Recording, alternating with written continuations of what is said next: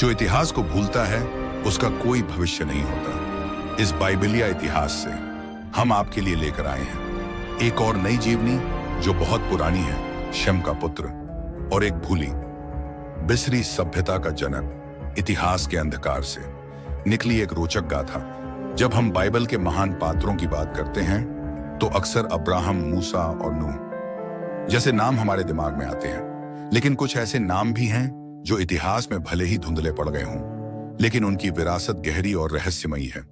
लूत उन्हीं में से एक है। क्या आप जानते हैं कि लूत शेम का पुत्र था और उसकी संतानें एक ऐसे राष्ट्र में बदल गईं जो कभी बहुत शक्तिशाली था। बाइबल में लूत के बारे में बहुत कम जानकारी मिलती है, लेकिन ऐतिहासिक और पुरातात्विक प्रमाणों के अनुसार उसकी वंशावली ने एक महान सभ्यता की नींव रखी। यह कहानी आपको आश्चर्यचकित कर देगी। लूत कौन थे? लूत नूह के पुत्र शेम के 4 पुत्रों में से एक था। इसके बारे में उत्पत्ति ग्रंथ अध्याय 10 वचन 22 में लिखा है। शेम के पुत्र थे एलाम, अश्शूर, अर्पक्षद, लूद और अराम। लूद का नाम संक्षेप में आता है, लेकिन इसका प्रभाव बहुत बड़ा था। ऐतिहासिक रूप से लूद के वंशजों को लूदियों से जोड़ा जाता है, जो बाद में लीदिया साम्राज्य, जो आधुनिक तुर्की के पश्चिमी क्षेत्र में स्थित था, के रूप में प्रसिद्ध हुआ। लेकिन क्या लूद और लूदियन एक ही थे? क्या बाइबल में छिपी हुई कोई और कड़ी है जो इस रहस्य को उजागर कर सकती है?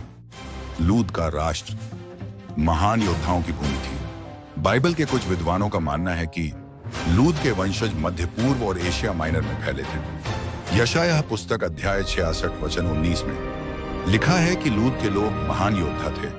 यिर्मयाह की किताब अध्याय 46 अनुवाक्य 9 में भी लूदियों को धनुष और तीर के कुशल योद्धा बताया गया है।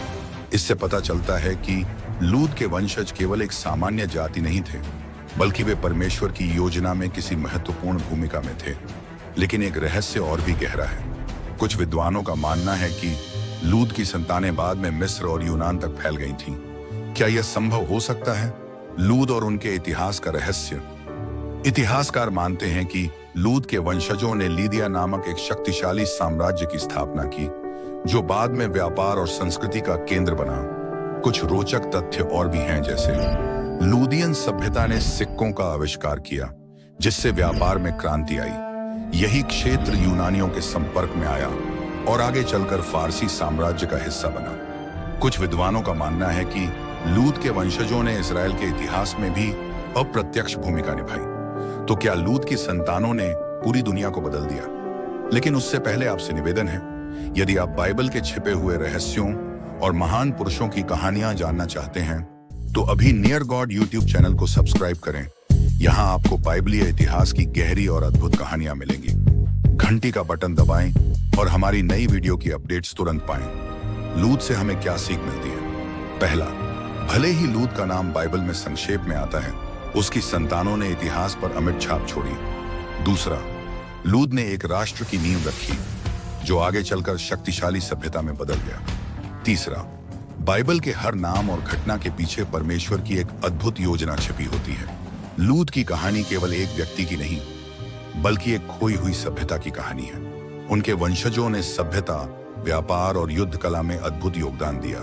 तो क्या लूद का प्रभाव आज भी हमारे बीच मौजूद है? इसका उत्तर इतिहास में छिपा हुआ है। लेकिन एक बात स्पष्ट है, परमेश्वर की योजना में हर व्यक्ति की भूमिका होती है, चाहे वह कितना भी अनजान क्यों न हो। वीडियो को आखिरी तक देखने के लिए आपका धन्यवाद।